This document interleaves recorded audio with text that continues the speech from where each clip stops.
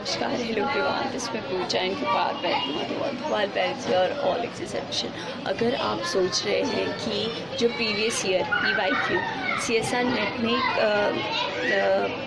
एक चलन होता है कि जो प्रीवियस ईयर में पूछ लिया जाता है हार्डली वो वापस से रिपीट हो, ऐसा रिपीटेशन का वहाँ पे बिल्कुल नहीं होता। जब मैंने खुद प्रेपरेशन स्टार्ट की थी तो मैंने ये सोचा था कि जितने भी टफ़ क्वेश्चन है, क्योंकि जो मेरा बुकलेट था उससे देखने के बाद मुझे ऐसे लगा कि जितने भी क्वेश्चन रिपीट हो चुके हैं वो तो वापस आने वाले नहीं हैं, तो क्या उसे प्रैक्टिस करना ज़रूरी हो जाता है या फिर हम लोग उस चीज़ को नेगलेक्ट करके आगे बढ़ सकते हैं। तो ऐसा बिल्कुल भी नहीं है कि प्रीवियस ईयर के question as it is repeat हो, एक्सेप्ट पॉलीमर्स और फोटो केमिस्ट्री के खास करके क्वेश्चंस रिपीट होते हैं, क्योंकि पॉलीमर्स में हार्डली 10 क्वेश्चंस हैं। मतलब उसी को कुछ चीज़ें ट्विस्ट करके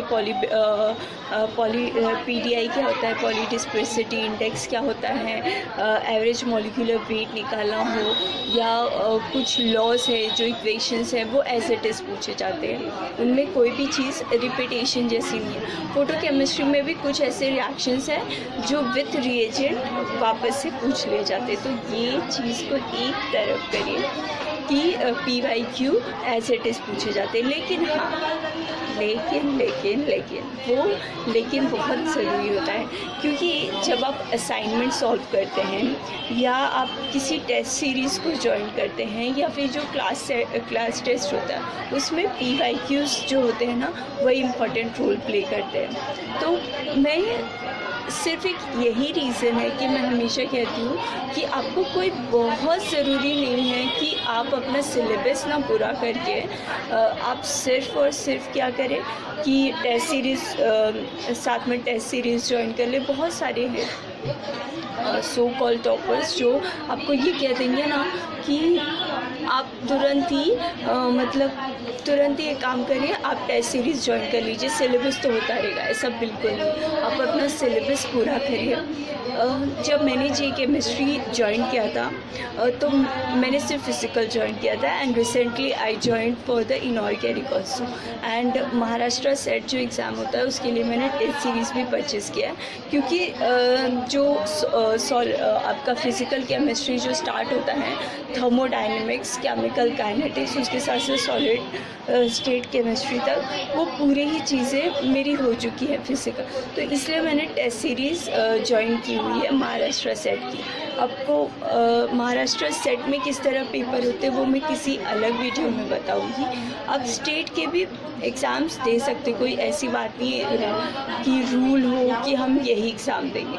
तो मैंने ये चीज़ नोटिस किया है कि अगर आप अपने PYQs को हमेशा बार बार क्या कहते हैं कि प्रैक्टिस करते हैं तो आप नए क्वेश्चंस भी कर सकते हैं। जैसे मुझे दो चीज़ और पता चली, अगर आप फिज़िकल कर रहे हैं ना तो थर्मोडायनेमिक्स काफ़ी बड़ा है, पर सॉलिड स्टेट उससे भी अच्छा है और उससे भी जल्दी हो सकता है। तो आप सिर्फ़ और सिर्फ एक काम करिए कि जो सॉलिड स्टेट केमिस्ट्री के न्यूमेरिकल्स कराए जाते हैं वो आप कोशिश करिए, तो थर्मोडायनेमिक्स और आसानी से करिए।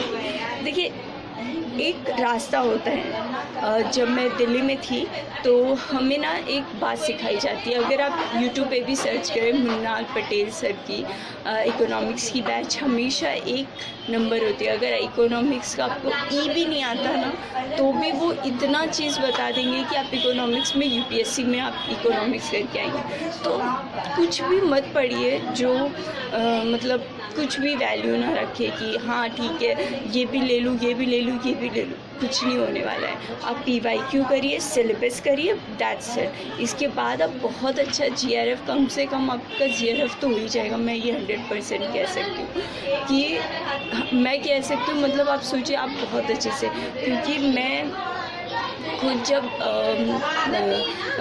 फ़िज़िकल कर रही थी, फ़िज़िकल में मेरा 3 असाइनमेंट बहुत ख़राब गया,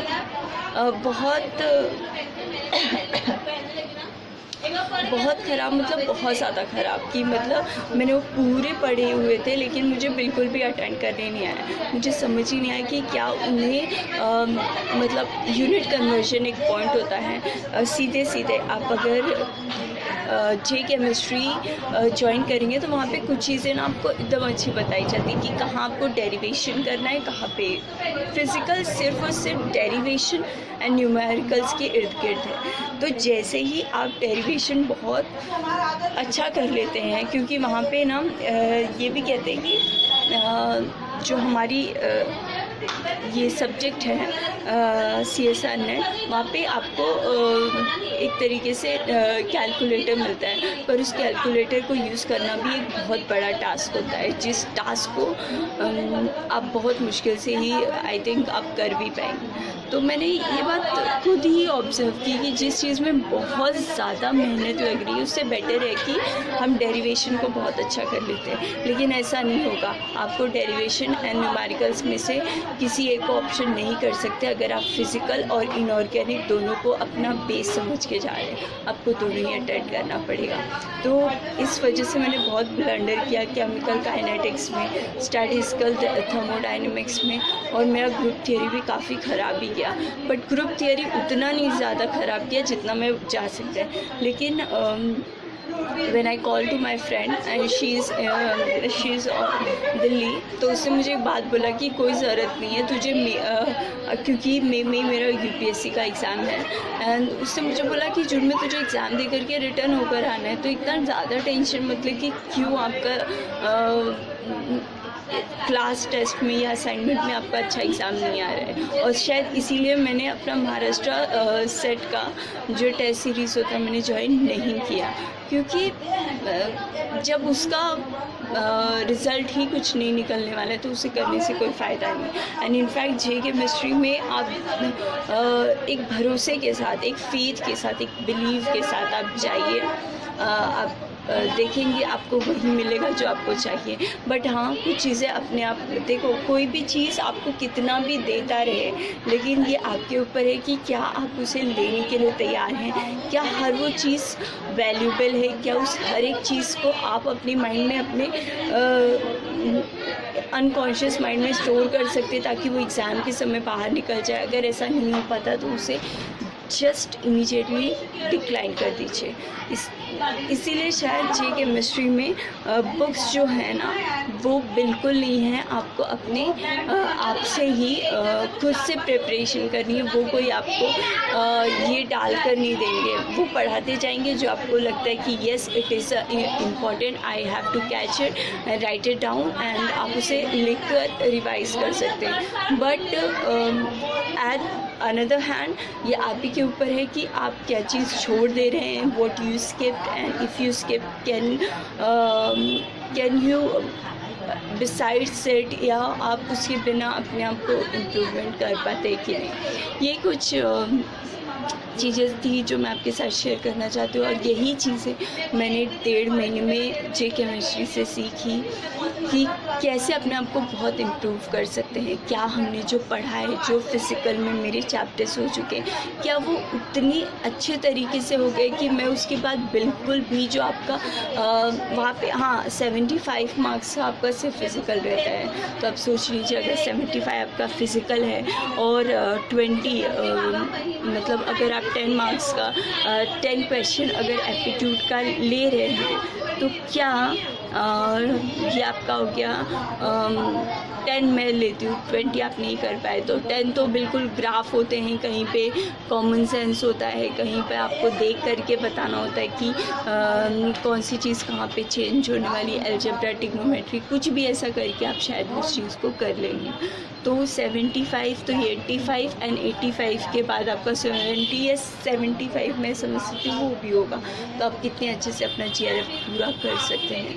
आपको इसके बारे में सोचने की ज़रूरत नहीं कि हाँ मुझे ऑर्गेनिक करना ही है, करनी है, कहने को ना आपके सो कॉल्ड टॉपर्स वो एक समय विद्यार्थी थे, उस समय जो स्टूडेंट थे तो उन्होंने भी शॉर्टकट्स लिए थे, ऐसा नहीं कि उन्होंने नहीं लिया।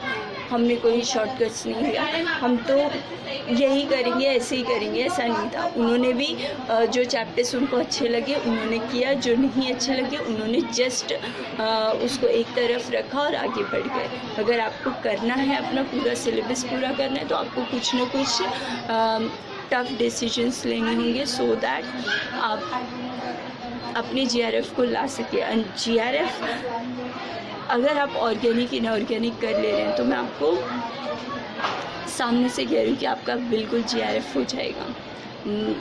ऑर्गेनिक इनऑर्गेनिक से बहुत अच्छे से जीआरएफ हो जाता है, आपको टेंशन लेने की ज़रूरत नहीं है। That's all in this video. Thank you very much for your valuable time and definitely मैं इतनी सारी आपकी मदद करी तो मुझे भी आपसे होप है, होना भी चाहिए और होगा भी कि आप भी अपनी जानकारी के हिसाब से जो क्वेश्चन आपको लगते हैं आप कर रहे हैं तो मुझे भी उसे ज़रूर बताइए। And please do like share and subscribe. I don't need your subscription and your views, but at least अगर आपको कुछ अच्छा मिलता है तो आप ऑर्गेनिक को किसी चीज़ को आसान आप कर सकते हैं, तो मेरे साथ भी उस चीज़ को ज़रूर शेयर करें।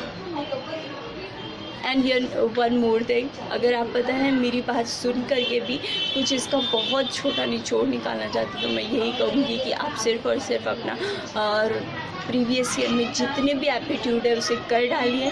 प्रीवियस के ईयर के जितने भी इनऑर्गेनिक एंड फिज़िकल हैं कर डालिए। आपको ऑर्गेनिक छूने की इस समय कोई ज़रूरत नहीं है। As a physical it's a boss, आप कर लेंगे। And that's it.